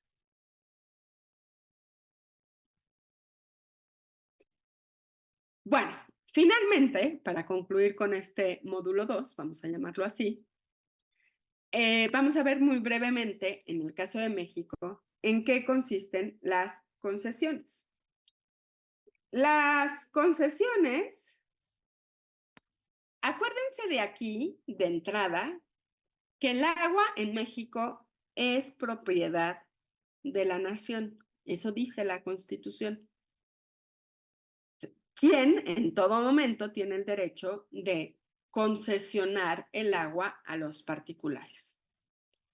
Y para eso, en México contamos con la Ley de Aguas Nacionales, en la cual se establece que se permite la explotación, uso y aprovechamiento de las aguas nacionales, que incluye las aguas superficiales, las aguas del subsuelo y las aguas marinas del territorio mexicano. Y que para eso se necesitan títulos de concesión, es decir, quien quiera una concesión del agua, quien quiera agua, una empresa o quien sea, un particular, tiene que pedir una concesión. Y si un estado o un municipio necesita agua, el término no es concesión, es asignación, pero de todas maneras debe de solicitarlo. Ha habido muchísimas críticas en relación a cómo se concesiona el agua en México. De entrada, porque lo que se señala es que no se considera, no se hace un análisis integral. Es decir, a ver, aquí, por ejemplo, en Monterrey, acuérdense que Monterrey el año pasado tuvo una sequía súper importante. No nada más una sequía, sino que se empezó a ver comprometida la disponibilidad del agua para consumo humano. Sin embargo, la ley lo que establece no es que se dé el agua en función de las necesidades regionales, ¿no? O sea, básicamente como se otorgan las concesiones, está en función de la disponibilidad del agua que hay, es decir, si hay agua o no para concesionarse, y pues como van llegando las solicitudes, ¿no? De tal forma, no sé muy bien hacia dónde iba el comentario de Hugo, pero dice aquí de las grandes empresas, entonces voy a retomar ese comentario. Piensen en una empresa, no en las empresas, vamos a pensar en las grandes empresas, tienen un cuerpo administrativo importantísimo que pueden lidiar muy bien, vamos a decir, con la burocracia, ¿no? Y entonces pueden meter muy rápido sus solicitudes para las concesiones del agua, que si lo pensamos, por ejemplo, contra lo que sería para una empresa comunitaria, pues el lograr eso puede ser más complicado. Y aunque si se hiciera un análisis integral, la comunitaria podría ir primero porque va a usar menos agua, porque yo qué sé, los beneficios van a ser comunitarios, contra una empresa transnacional, por decir algo, ¿no? Por poner un ejemplo, ese criterio no se toma, o sea, se le da la concesión al que solicitó primero. Y en algunos casos se llega a hacer por concurso. Y otra de las grandes críticas que se hace es que estas concesiones se dan por periodos de entre 5 años hasta 30 años. Es un montón de tiempo. O sea, pónganse a pensar una concesión que hay actualmente que se dio en 1994. O sea, ¿qué iban a saber en 1994 sobre las implicaciones del cambio climático en el agua, ¿no? O sea, apenas empezaba a hablar de eso, ¿no? Y además tienen posibilidad de renovarse. Entonces hay muchísima discusión sobre si esto es o no pertinente, ¿no? Desde una visión ecosistémica, pues no lo es. Miren, y desde el principio de la clase del día de hoy hablaban de las empresas mineras, ¿no? Por lo que les pongo este mapita, que es un estudio de Ceiba sobre los usos del agua de la minería. Pues sí, o sea, si lo veo, insisto, ¿no? Si lo vemos a nivel nacional, pues casi no usan agua, ¿no? Es el 4%. Pero si lo vemos a nivel regional, fíjense, por ejemplo, en esta parte de Nuevo León. No sé muy bien dónde está Monterrey, oigan, aquí en Nuevo León. Está al centro, está al sur. Pero bueno, vamos a suponer que está por aquí, ¿no? O sea, fíjense cómo está en conflicto por la gran presencia minera que hay en esta región, aquí en Nuevo León, ¿no? En el caso de Sonora, por acá, ¿no? También. Bueno, tendremos que pensar, oigan, y aquí ya está el derecho humano cubierto, ¿no? Y con la minera que además tiene un montón de discusión porque es una actividad de la que México como país también se ha visto muy poco beneficiado, ¿no? O sea, lo que deja la minería en México, o sea, al país, no a las empresas, al país, es bien poquito y los trabajos que da a las personas locales suelen ser los más precarizados y además de las condiciones que dejan en el territorio una vez que se van, ¿no?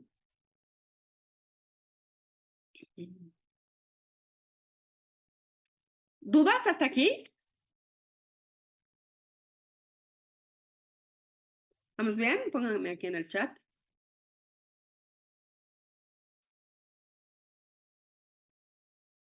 Muy bien.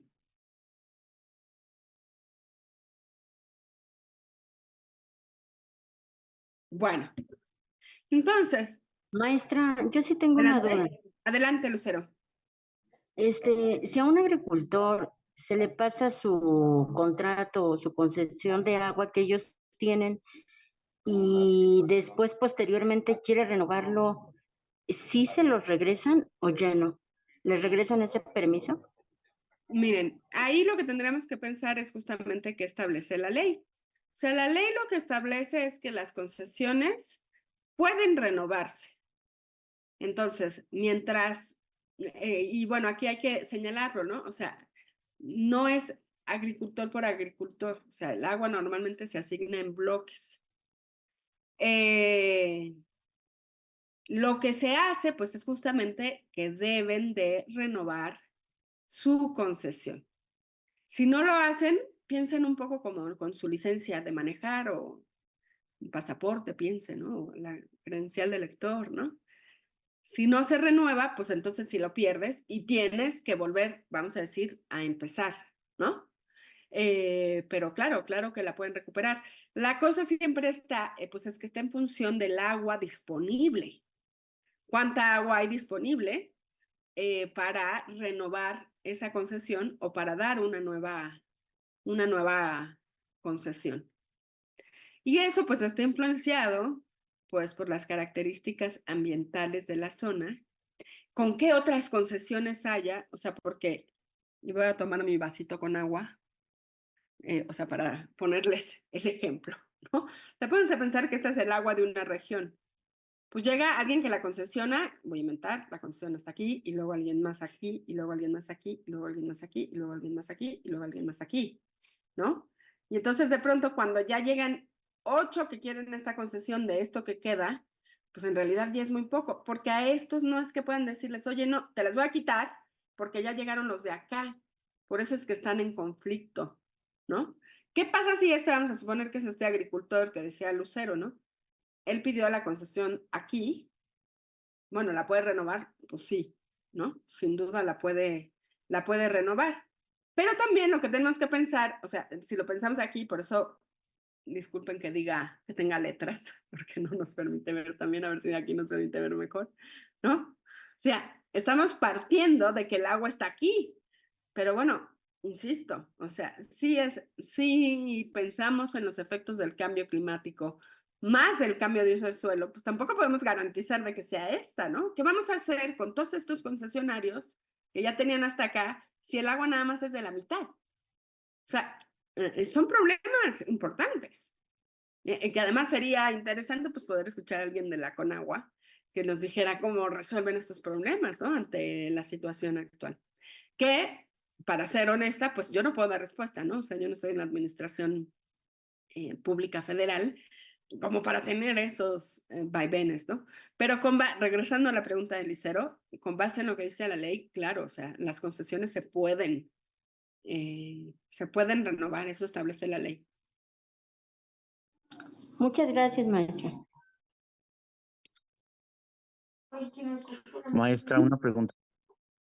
Dame permiso, dame chance, Reinaldo, por favor, de contestar la de José Francis. Y te doy la palabra. Gracias, maestra.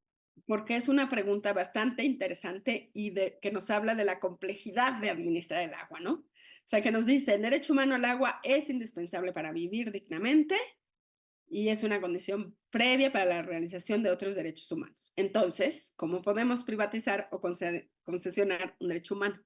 Miren, es que es bien interesante, bien interesante, y nos tenemos que ir a ver la historia. Esta visión de que el agua es un derecho humano y que además haya quedado consagrado en la Constitución es del 2011. Eso quedó establecido en la Constitución en el 2011. O sea, es algo relativamente nuevo. La visión del agua como un recurso, como un bien nacional, está establecido en la Constitución desde 1917. Y además, fíjense, a mí me encanta señalar esto. Fíjense lo que dice la Constitución y la Ley de Aguas Nacionales. Dice, se permite la explotación, uso y aprovechamiento de las aguas nacionales. Hablar ahorita de explotación, les aseguro que nadie de ustedes tiene en el lenguaje la palabra explotación. O sea, porque nos habla de un mal uso. Ahora, por eso insisto, hay que poner el contexto histórico, ¿no? O sea, en 1917, pues no había un problema de agua. Entonces, esta connotación negativa que tenemos ahora sobre la explotación no estaba en ese momento.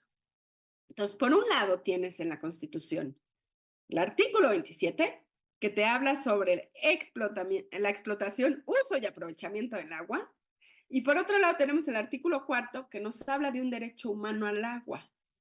Y también en el 2011 hubo una reforma en la Constitución, pues para hablar de que por arriba de los derechos humanos no hay nada. Lo cual, por supuesto, es de aplaudirse. Sin embargo, en la práctica, regular esos conflictos sobre el derecho humano al agua y otras actividades que además son necesarias, es un lío. O sea, implica muchísima complejidad.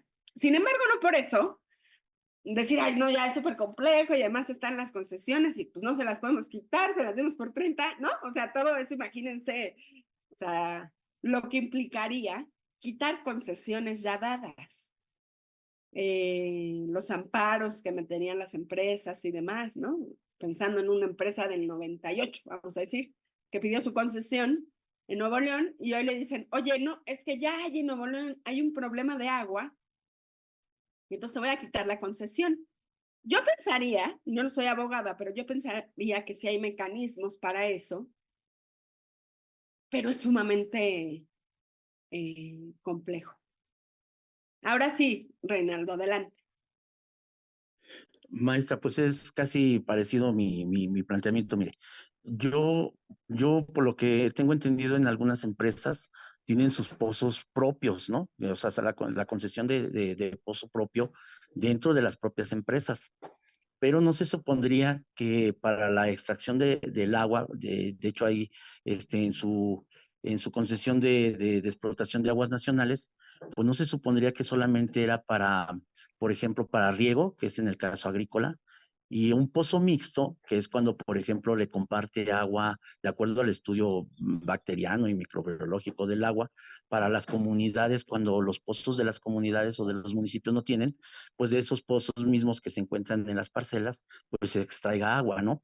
Pero pues también pues, se supondría que desde 1953, 54, por decreto presidencial, se había suspendido las concesiones de agua, ¿no? Y que hasta la fecha, pues se siguen dando concesiones de agua, pues a empresas privadas, que igual, por ejemplo, no entiendo cómo le hacen después de una vez obteniendo su título de concesión de agua, de aguas nacionales, cómo CFE conecta esos pozos, si para ser conectados a CFE tienen que estar, pues para empezar, tienen que estar dentro de una vía pública, y la siguiente que debe de contar con una melga en el caso de agrícola, ¿no? Pero se siguen dando muchas concesiones de agua, pero se supondría que hay un decreto presidencial donde está prohibiendo el que se otorguen las nuevas concesiones, ¿no, maestra? Reinaldo, pero ¿estás hablando de una región en particular? No, maestra, porque el decreto presidencial, de hecho es un decreto presidencial, me imagino que es a nivel nacional, donde no debe de haber eso, ¿no? Pero, por ejemplo, aquí yo paso casi seguido para Hidalgo y, por ejemplo, hay cartoneras, hay cervecerías, etcétera, etcétera, y que bueno, yo entiendo que para hacer un vasito de cerveza se requieren más de 1,600 litros de agua para hacer un vasito de cerveza, ¿no? Entonces dices, híjole, ¿cuánta agua no requiere una cervecera, por ejemplo? Para la explotación del agua es impresionante, ¿no? Y luego, por ejemplo, si nos vamos a otras grandes sillas, por ejemplo, aquí te digo, yo paso por una cartonera y dices, es impresionante que tenga un pozo de agua esa cartonera, cuando a lo mejor una comunidad no lo logra en muchos años en tener un pozo, porque así como dice nuestro compañero, ¿no? Por el trámite burocrático y eso, ¿no? Pero es impresionante, maestra, que realmente las empresas cuenten todavía como con ay, ¿cómo se puede decir? Así como con esas facilidades para explotar el agua a sus anchas, ¿no? Cuando hay comunidades que de verdad, maestra, ya ni siquiera hay agua, ahí yo creo que 2 horitas en las mañanas y para de contar hasta otro día, ¿no? Y y ahorita, por ejemplo, en el caso particular, yo soy de Tlaxcala, es muy difícil tener bueno, contar con un pozo precisamente hasta para riego de aquí de agricultura, es muy difícil obtenerlo. Ok, Maestra, a ver, espérenme tantito, porque me dijo Reinaldo muchas cosas que voy a tratar de aterrizar para, justamente nos sirve un poco lo de Reinaldo para jalar algunos hilos que me parece que están sueltos. A ver, Reinaldo nos estaba hablando de un decreto de 1953, por aquí vi que pusieron otro, que agradezco que lo hayan puesto, ahorita lo discutimos. En el caso específico de que nos habla de los 50, no habría que ver cuál es y qué dice. Difícilmente va a ser a nivel nacional, porque entonces figúrense ustedes lo que implicaría que desde 1953 no se podría concesionar el agua. La ley de aguas nacionales es de 1994, si no me equivoco, 92, por ahí. Entonces, y la ley de aguas nacionales, pues dice cómo es que se van a otorgar las concesiones. Entonces, si hay un decreto, no es a nivel nacional. Eso pues, casi que se los puedo firmar, ¿no? Ahora, fíjense, por otro lado, acá nos están poniendo en el chat, antes de dice, ay, espérenme, no me puedo regresar. A ver, aquí dice aquí. Ay. Por otro lado, nos dicen sobre la ley minera. Sí, hubo una modificación a la ley minera el año pasado, en abril del año pasado. Pero ahí, esa ley de lo que nos está hablando es de las concesiones mineras, no de las concesiones del agua. Son dos cosas diferentes. Y además, por otro lado, las concesiones que ya están dadas no se pueden quitar. O sea, son dos cosas separadas. Es para las nuevas concesiones. De hecho, una de las cosas que se quitó de la reforma de la ley minera estuvo en función del agua. Originalmente, como venía la ley la iniciativa desde presidencia, hacia modificaciones para las concesiones del agua. Dame un minutito, Nasli, y ahorita te doy la palabra. O sea, no me quiero meter mucho ahí porque justo lo que no quiero es soltar más hilos para confundirlos más. A lo que voy es que una cosa, o sea, no solo se concesiona el agua, se concesionan un montón de cosas. Se concesionan los minerales, es uno de ellos, ¿no? Por mucho tiempo, por ejemplo, se concesionaron los bosques, ¿no?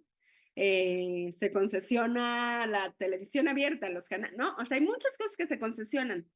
Específicamente en materia de agua, se regula a través de las aguas nacionales. Ahora, a nivel local, sí puede haber, o digamos, puede haber ciertas facultades. Déjenme regresar porque lo estoy diciendo todo revuelto. El presidente tiene facultad para emitir ciertos decretos. Entonces, por aquí, por ejemplo, nos pone Francisco un decreto por el que se establecen facilidades administrativas para la renovación de títulos de concesión o asignaciones de aguas nacionales para los usos que están indicados, que si no me equivoco, Francisco, hace referencia al agua, perdón, a la agricultura, ¿cierto? Es decir, vamos a solucionar un poco la burocracia, que sea más fácil que se pueda asignar el agua.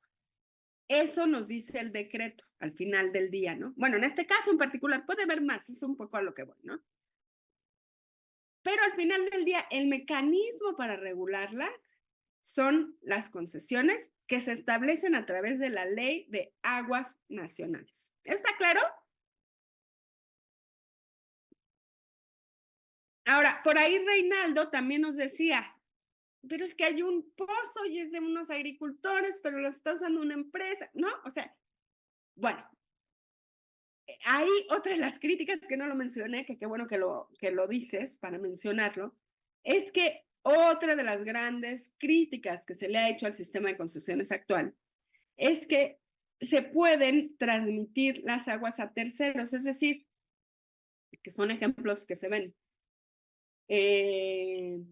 Un grupo de personas tiene una concesión para el agua, para la agricultura, porque así lo pidió, pero por lo que sea dejó de cultivar, migraron, lo que sea, y entonces transmiten ese título a un tercero, por ejemplo, una industria. Y entonces la crítica está en decir, oye, pero la concesión se te dio para la agricultura, no se te dio para la industria minera, por ejemplo, ¿no? Es ahí donde hay un montón, yo digo, de oportunidades legislativas, de regular cómo se están dando.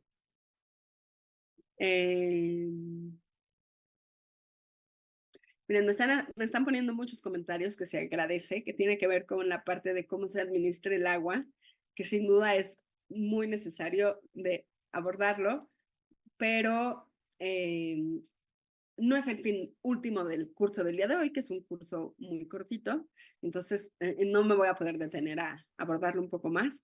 Por ahí había una mano más levantada que pediría que fuera muy breve para que nos podamos ir a la parte de las alternativas. ¿Alguien que quería hacer el uso de la voz?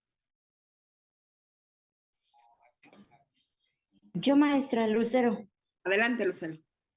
Maestra, fíjese que en Guadalajara yo me encontré este problema de muchos agricultores. Ya la gente pues ya tiene una edad de 80 años, 70, y la mayoría de los agricultores han perdido pues ese derecho que tenían o su concesión de agua, que ellos viven del campo, ¿no? De la siembra.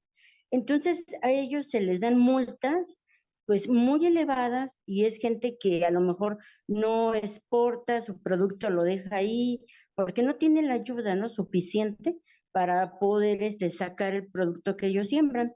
Sin embargo, cuando ellos quieren arreglar este problema, porque hay muchos casos en Guadalajara, que ellos han perdido su título, yo noto que hay muchos obstáculos, mucha burocracia, no les dan una solución y siento que es un tema, lo del agua, que pues sí se debe de tratar legalmente y pues debe de haber como muchas reformas, actualizar, porque la gente está perdiendo todo. Yo veo que las empresas privadas les permiten tener esos títulos, pero a nuestros agricultores les niegan pues una manera de que ellos puedan sobrevivir, porque es una manera que ellos laboran, ¿verdad? Entonces, el agua para ellos es imprescindible, maestra. Totalmente de acuerdo, Lucero. También ahí, cuando pensamos en soluciones, no debemos de dejar de vista no nada más la cuestión ambiental, sino la cuestión de equidad social. Si no pensamos en esas dos aristas, no estamos pensando en una visión sustentable. Estamos pensando en otra cosa. Justamente por eso que está diciendo Lucero, ¿no? Y yo insisto en esa parte, ¿no? O sea, las grandes empresas privadas tienen muchos mecanismos, tienen recursos, mecanismos, personal para lidiar con la burocracia y obtener una concesión de manera legal, ¿eh? No crean, no tiene que haber moches, ¿no? O sea, pero para los pequeños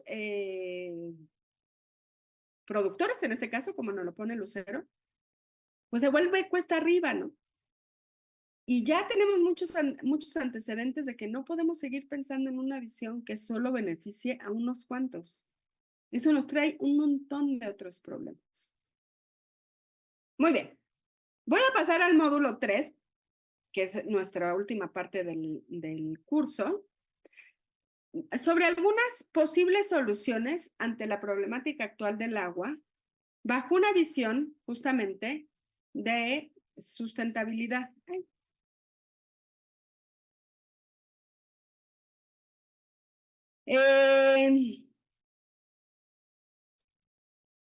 Miren, si lo pensamos así, este esquema que les pongo aquí, probablemente ustedes han visto muchas veces el típico esquema del desarrollo sustentable o sostenible, que son 3 esferas. La esfera social, la esfera ambiental y la esfera económica. Y en medio cae el desarrollo sustentable. Es un esquema que ha sido útil, sin duda, pero es un ecosistema muy simplista. En realidad lo que se dice, si pensamos en un esquema de sustentabilidad, se parece más a este. Si se fijan, es una red muy compleja en donde se relacionan unas cosas con otras, que de todas maneras sigue siendo un esquema muy sencillo, pero nos habla más de cómo una cosa afecta a la otra. Y ahorita han dado muchos ejemplos en ese sentido. Es que una concesión que se le dio a particulares se los quitó a los agricultores, ¿no? O sea, algo que parecía tan simple, ¿no? Pues es legal, ¿no? Está en la ley, está puesto. Pues sí, pero es que eso está afectando acá, acá y acá, ¿no? O sea, es que deforestaste y entonces ya no tienes agua, ¿no? Y entonces, ¿ves cómo se está relacionando? Y es que además llegó el cambio climático y entonces llevamos 4 años de sequías extremas, ¿no? Bajo esta lógica, que es una realidad, o sea, esa es la realidad del país y del mundo.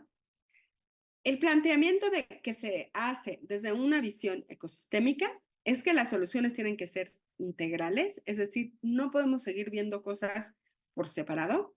Por ejemplo, no podemos seguir poniendo presas nada más para evitar que se inunden las ciudades.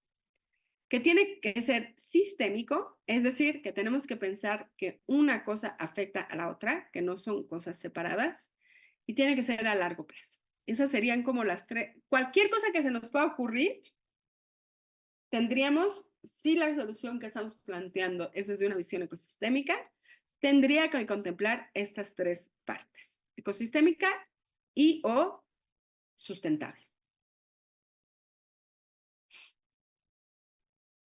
Este esquema que está aquí, a mí me gusta mucho, porque si se fijan, lo que estamos viendo son los objetivos del desarrollo sostenible, pero no puestos de manera vertical y aislados, sino que nos habla de que para que nosotros podamos sostener o para que la sociedad pueda ser próspera, vamos a decirlo así, y podamos cumplir los diferentes ODS que tienen que ver con la sociedad, necesitamos tener de base del pastel, este es como un pastel de bodas, ¿no? En la base tenemos que tener ecosistemas terrestres y marinos sanos, tenemos que regular el clima y tenemos que tener agua limpia para sostener todo lo demás. O sea, sin estos no hay manera de que todo lo demás todos los demás derechos se cumplan. Y que a su vez, en este pastel, nadie dice que dejemos de lado a la economía y entonces que no queremos, que claro que no queremos a las empresas, ¿no? Y que no queremos la prosperidad y el desarrollo, ¿no? No, está contemplado. Pero para que eso se pueda dar, necesito tener las otras dos cosas. No es al revés. ¿Y por qué sabemos que no es al revés? ¿Y por qué defendemos esto? Pues porque ya lo hemos visto. Siempre que pensamos en vamos a llevar desarrollo y después todo lo demás se va a dar, pues llevamos como 40 años de experiencia viendo que no nada más no se da, sino que empeora, porque aumentan desigualdades, porque deforestamos, porque degradamos ecosistemas y demás, ¿no? Entonces, bajo este planteamiento, hay diferentes maneras en las que podemos ver las cosas. De entrada, que ya lo veíamos desde la sesión anterior, la importancia de tener una visión de cuencas y hacer un manejo integrado de las cuencas. Fíjense, aquí acuérdense que las cuencas se definen por el patrón de escurrimiento del agua. O sea, fíjense cómo en este esquema no es que no se esté pensando en realidad realizar diferentes actividades. Incluso, por ejemplo, aquí vemos una presa, no sé si la alcanzan a ver en este esquemita, ¿no? Pero aquí lo que estamos viendo es una represita, ¿no? E incluso vemos cómo se desvía una parte del agua para tenerla para diferentes actividades. Aquí podríamos pensar que es para un uso urbano, ¿no? Sin embargo, fíjense cómo se dejan áreas arboladas que al mismo tiempo incorporan, por ejemplo, cercas, pero son cercas verdes. No sé si las alcanzan a ver por aquí, eso quiere representar esto de aquí. De tal manera que permita que se hagan compatibles los usos, el desarrollo, sin que comprometa al agua.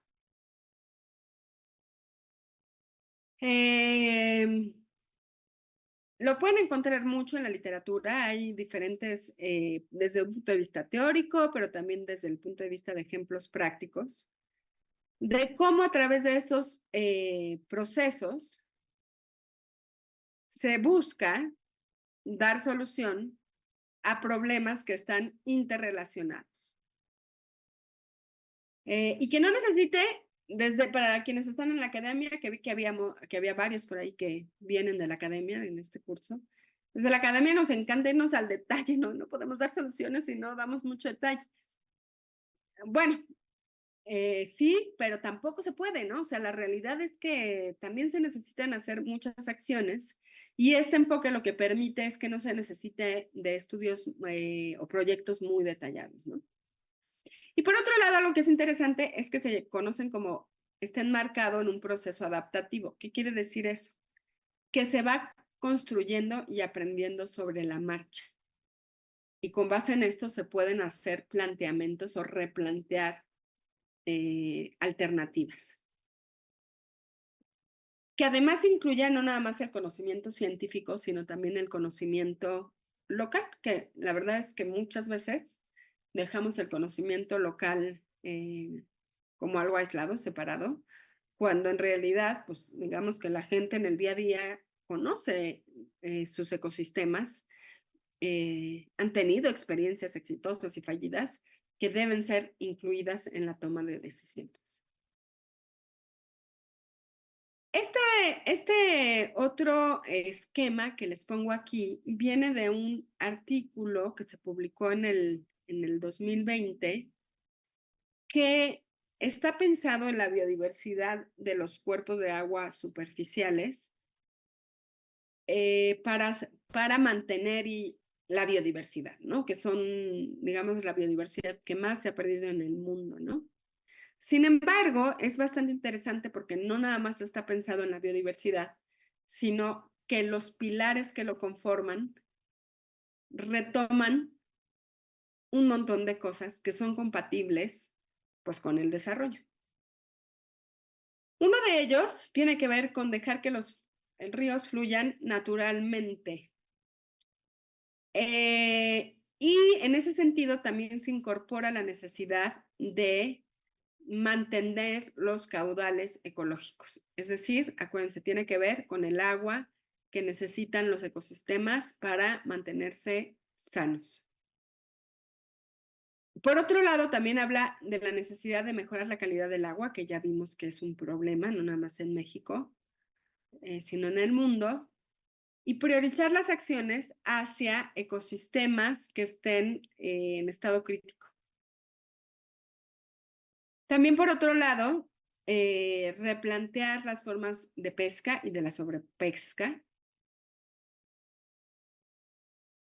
Otro punto súper importante es prevenir y controlar la introducción de especies exóticas. Es súper común, súper común, y lo podemos ver hasta en redes sociales. Y además nos hace sentir buenas personas, ¿no?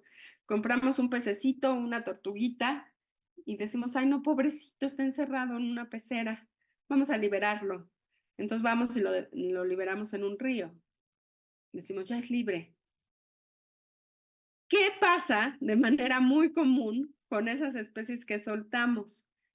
Bueno, uno es que no son propias del lugar, y dos, que tienen un alto potencial de convertirse en las villanas del río o del cuerpo de agua donde las hayamos ido a dejar.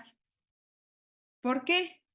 Pues porque las especies exóticas, no todas, pero sí muchas de ellas, tienen la posibilidad de volverse especies invasoras, es decir, desplazar a las especies originales y crecer a lo loco, ¿no? Y modificar todo el ecosistema acuático. Entonces, en ese sentido, por eso es importante hacer una prevención y control de las especies exóticas.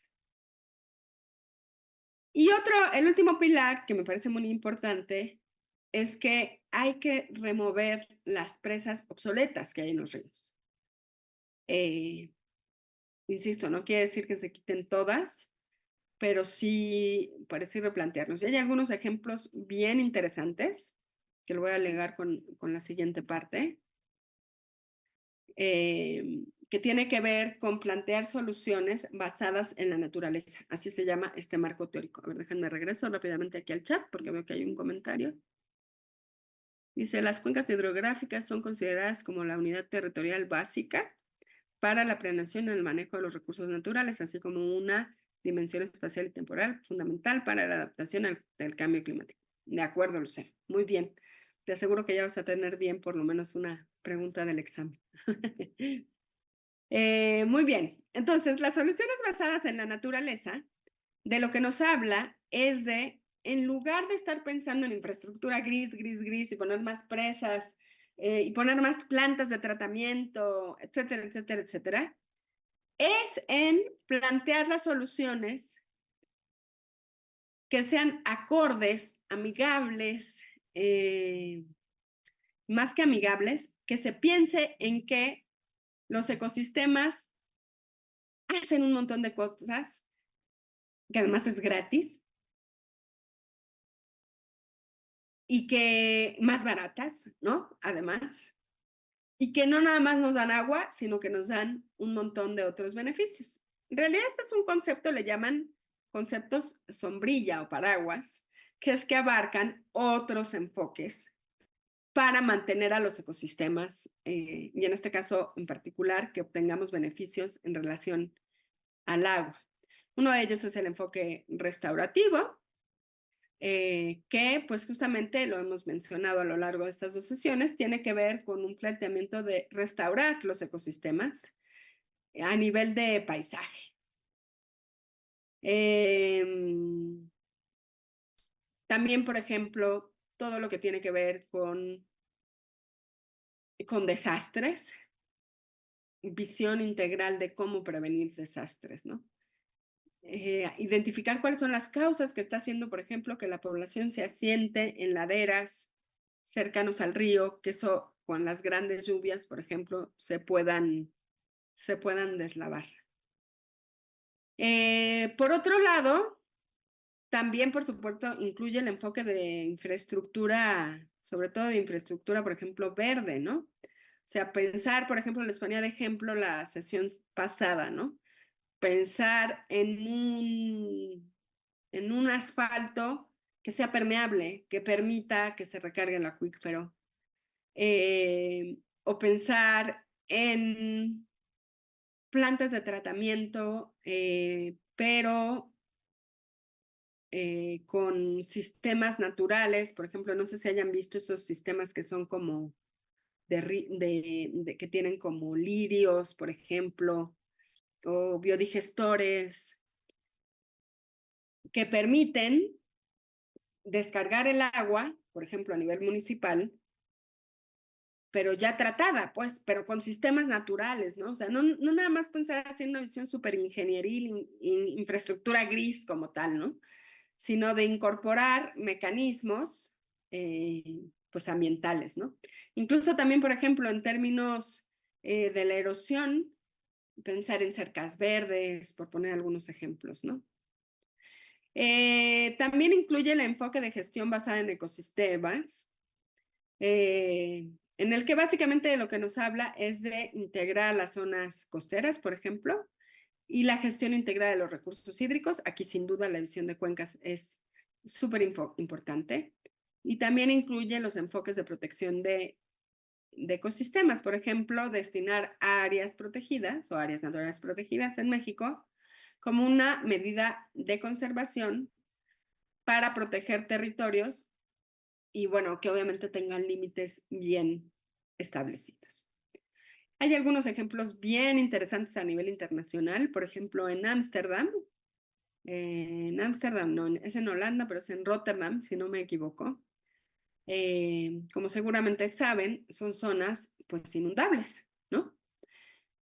Y entonces ellos, por ejemplo, hay algunos ejemplos ahí en Rotterdam que han hecho canchas que se hagan de cuenta una especie de vaso regulador, o sea, que permite que en épocas de lluvias se inunde, pero que en épocas de secas sean áreas de juegos, por ejemplo, de básquetbol y cosas así. O sea, juntan dos tipos de usos, ¿no?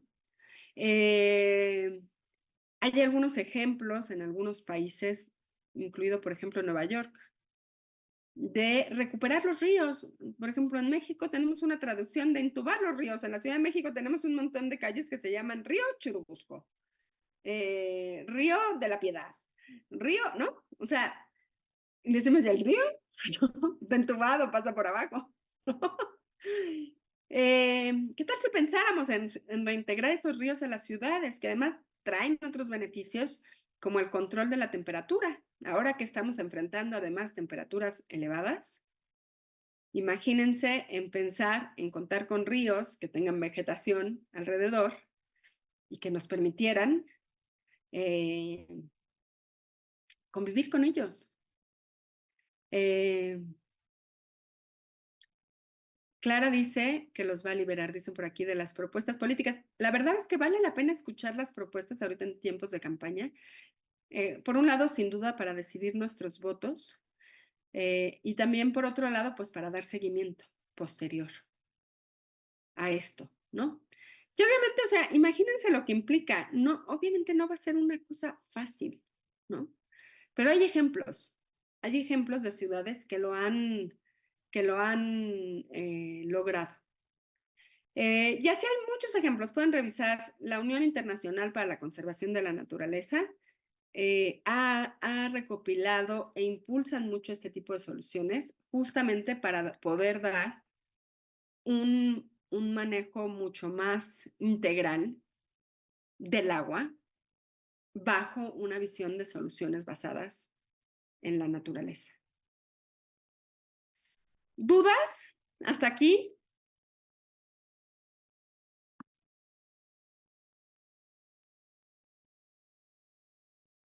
¿Comentarios?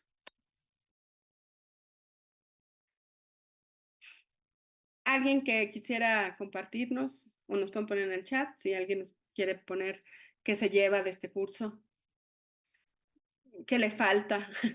Podemos pensar en otros cursos para dentro del CESOP en materia del agua. Miren, si les parece bien, por aquí hay una pregunta de qué les recomiendo leer. Junto con las presentaciones le puedo mandar al equipo administrativo, que dicho sea de paso quisiera agradecerles porque sin ellos estos cursos no serían posibles. Que les compartan también literatura al respecto. pueden encontrar, si buscan en gestores especializados, sobre todo quienes vienen de universidades, sobre soluciones basadas en la naturaleza, pueden encontrar un montón de cosas. También sobre manejo integrado de cuencas pueden encontrar un montón de cosas. Si existe un modelo de gestión para la extracción del agua. Bueno, pues sí, hay diferentes, ¿no? O sea, hay diferentes modelos de gestión para la extracción del agua. Depende siempre la visión, ¿no? Más que una recomendación, es una sugerencia. Lean ejemplos, busquen ejemplos, en Google Académico lo pueden hacer, es sencillo, ¿no? De gestión del agua basada en las soluciones basadas en la naturaleza o en los ecosistemas. Y vean qué ejemplo les ponen, porque son ejemplos. ¿Por qué me gusta esta visión, además del manejo integrado de cuencas? Porque son visiones integrales y sistémicas del manejo del agua.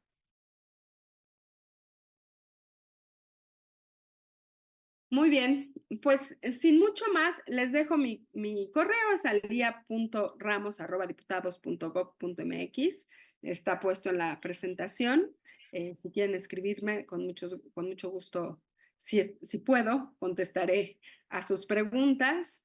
Y sin mucho más, le doy la palabra a Ana Carla Torres para que nos haga el cierre del curso. Muchísimas gracias, Alía, por esta muy brillante exposición. Estoy segura que se llevan muchos aprendizajes de esta sesión. Y bueno, reiterarles que la liga del registro ya se las envió el ingeniero Francisco. De todas formas, también ya se les hizo llegar al correo electrónico. Ahí contestarán unas preguntas que nos van a servir para hacer el registro de asistencia y en 3 días hábiles se les hará llegar su constancia de asistencia para este curso en particular. Agradecerles nuevamente en nombre de nuestra directora general, la maestra Ana Gabriela Núñez Pérez, por su presencia y también invitarlos a que nos sigan en nuestras redes sociales. Ahí estamos compartiendo un montón de información y vamos a seguir compartiendo información en torno a los cursos que realizamos en el CESOP. Vamos a empezar un nuevo ciclo de cursos el mes que viene, así que estén atentos de toda la oferta de cursos que tenemos para ustedes. Y bueno, pues yo también agradecerles su presencia. Muchísimas gracias, maestra Lía, y nada, nos vemos por acá en el próximo curso. Nos encanta tenerlos por acá. Muchas gracias. Gracias. Hasta luego. Hasta luego, gracias. ¿Por qué?